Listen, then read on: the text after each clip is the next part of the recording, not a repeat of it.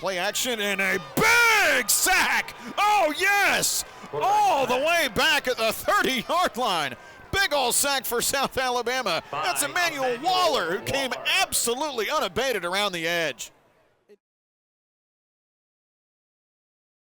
What did you guys do defensively against ULM that you were not able to do previously? It seemed like the best game you've had on defense in a while. Thought we set our edges better and played with better leverage on the second level. Made tackles, tackled better. But it starts up front. Starts up front with the pad level and some of the edges that we set. You're giving backs one way goes.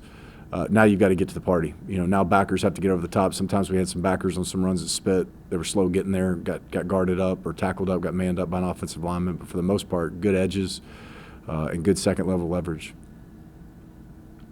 And then finishing on tackles. The offensive line, even with guys that hadn't played much at all at the tackles, seemed like they did a pretty good job. What you see out of them? Yeah, I was proud of them. There was a lot of guys that had to step up. Guys like Cole Blaylock had to play more snaps at boundary safety. Guys like Janier Armstead had to play more at field end. Amari Smiley had to play more at field end. All three of those guys on defense stepped up and played well. Reese was, kind of, in and out, touch and go. In terms of him starting over, not over, in place of Ethan Hubbard, with flu. And then I wasn't being dishonest when I talked to you Monday. I thought Jordan Davis was going to play, and then elected to have surgery on his finger on Thursday. So he's out for the rest of the season. So, right tackle, left tackle, having to start new guys. Southern Miss, what's the difference between two quarterbacks? One's been hurt, but what do you see when you watch those guys? There's just familiarity, just more snaps. I think they're both accomplished and both can help their football team win. You just see, just more snaps, with the other one. And Landry's a really good player. I recruited him. But both of them are efficient. I just see more game experience, but both of them are good players. Is it a different feel with Southern Miss? I mean, it's always one of the bigger games for South Alabama, regardless of conference or not. I think this game, has been because of the proximity. It's kind of Troy, Southern Miss. Even when we played non-conference Tulane, I felt like there's just enough proximity and there's enough people in Mobile that, share relatives in Hattiesburg and New Orleans and Montgomery area that it kind of has a natural closeness to it. I wouldn't go as far as say it's a rivalry, but you feel there's a lot of familiarity. And there's a lot of kids that play on the Mississippi-Alabama All-Star games with each other and against each other, so I think there's a lot of the rosters that know each other. The fact that, to turn around what they've been able to turn around, I know Coach Huff brought a lot of his team with him. It's pretty impressive, seems like, what they've done this year. Yeah, it is. They've done a great job coaching, too. I mean, yes, you have to have players. But it doesn't stop there. I mean, you still got to coach them. We've seen very talented teams underachieve all the time in college football. I mean, I don't want to get into names, but we've seen people with talent not do it, and they have talent, but they coach it well too, and they play the game the right way. So they're not just talented and coaching well. The kids play hard. And to me, that's the biggest compliment you could get as a coach, whether you're talented or not talented. How hard do your guys play? And to be able to have the talent they have, coach them correctly, get them in the right schemes, get them to execute, and then also get them to play with a certain, passion. That's huge, and that's why they're playing well. Other than their first play of the game, pretty solid all around for you guys defensively. What'd you see? Yeah, it's the guys did a great job. It's easy to panic, and it's human nature to panic when things start to go south like that. And credit to our guys on the sideline. They didn't panic. They didn't get annoyed. They stayed the course, and that was huge as we started to make plays. The first play, we get out gap there. I call it a field pressure. We get out gap. Post safety misses the tackle. We got on the sideline. We talked about it. First of all, I didn't call that pressure again, so that's probably helped. But we talked about shoulder leverage, and we knew that their backs were going to be a shifty and make moves and things like that, but we just talked about the leverage of keeping it on our inside shoulder, and that really helped us. Even at times when we did miss a couple of tackles on Bam, we had a lot of population, and so that helped us a ton getting to the ball, and I thought the guys played well. There were some passes that they threw. Obviously, Ty's huge interception right there when they tried to take the shot.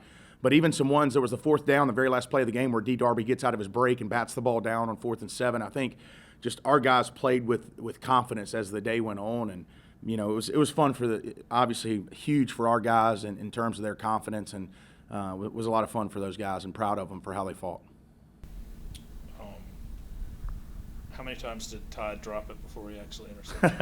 I gave him a hard time because he had one earlier in the game that hit him in the chest, and we were talking about it in the meeting this morning, and he was running, and he thought he was going to be short of it, and then he ended up behind it and turned around. It was like a punt, and then, I gave him a hard time. I said, you just got to flair for the dramatic and batting it up to yourself. But obviously a great play by him, and just, good focus to stay with it and catch it there, and, he does a good job back there. And, we're still, we're big on hitting there's a big phrase that we use in defensive meetings, right? Like sometimes when you win, it minimizes the problems. When you lose, it maximizes the problems. But there's always going to be problems, and you have to fix those problems, or teams are going to exploit you.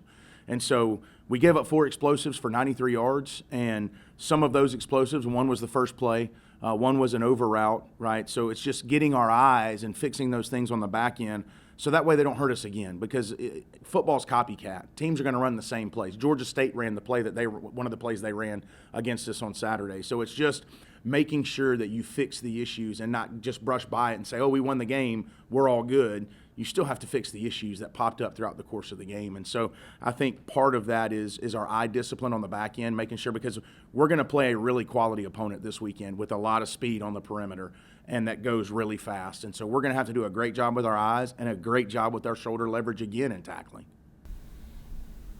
How hard is it to prepare for 2 quarterbacks with that?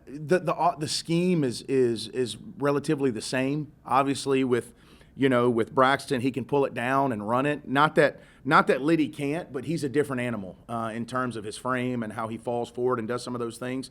But a lot of their scheme is the same. Their run game is going to stay the same. Their RPOs are going to stay the same because Liddy can throw it. And so it's a lot of the same as. It's just when you look at it, you've got to account, especially with as much post-safety, cover 3, we've talked about that we play. We want to make sure that we're accounting for that +1 run game. What about them other than the quarterback? Back's good, man. Pittman runs hard, dude. He is physical, too. He's got great contact balance, doesn't go down. Metcalf in the slot is freaky. I mean, he's super fast. They've got, several guys. Micah Davis on the outside. They all come to mind just in terms of they can spit the ball out on the perimeter. If you miss a couple tackles, it's a touchdown. They're running away from people. And they've got the fortunate of, with Chester on the outside, the big body reminds me of the guy from UL, even Hurst from Georgia State, where they can throw up some 50-50 balls to them. And so we've got our work cut out for us, and we've got to do a great job on the perimeter defeating blocks, but also the downfield passing games. They're going to take some shots on us, and we've got to make sure we have great eye discipline to stay on top of routes, and we've got to do a really, really good job handling their tempo as well, because that's what they want. They want to get you out of your gaps. They want to get you maybe cheating a little too much on the run off of some insert schemes to be able to throw the ball over your head. So we've got to do a great job with that in terms of, because they're skilled, man. They throw the ball to their tight ends. They throw it to the receivers. They throw it to the backs. I mean, they're a very skilled unit offensively. So, I mean, you don't win. You're not 5-1 in the conference by accident. You win close games and you're able to score some points. Southern Miss, what about their defense concerned you? What concerned us from the game? No, Southern Miss, what concerns you? They're again, it's kind of like each week I say that, it's the front. I think their defensive front is good. 14 is really twitchy and powerful coming off the edge. 36 does a really good job inside, 36 and 7. And then they play 3 different guys at their boundary defensive end, 30, 16, and 9. And all 3 of them are good, and they've had 20 interceptions. So I think they're second in the country in interceptions. Their secondary does a really good job of reading the quarterback's eyes. They play a lot of zone. They all keep their eyes on the quarterback, and they go to the football and they make plays. So that's probably the biggest things we got to make sure we take care of the ball.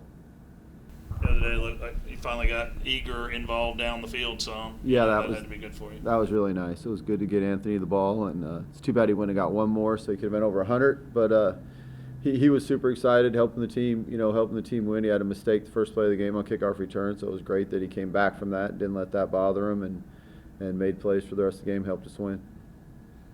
What about the offensive line and the makeshift movements you guys had to do and the way they performed after that? I think that shows a lot of character of the unit and of the team, and it was just great to see. All of a sudden, one of them kind of knew he was going to be playing most of the week. The other guy didn't know till the day of the game. So 2 new tackles going in there and playing, rushed for over 200 yards. You know, that's a really good job by all of them, and great leadership by Malachi inside at center and helping make all the calls and keeping everybody in line, and Jared going out there and playing tackle again and doing a really good job, and Reese coming in and just kind of really finding out the day of the game he's going to be a starter. It says a lot about him, how he's been preparing each week in practice, and that he was ready to play. And so I was really proud of those guys. Thought they did a great job.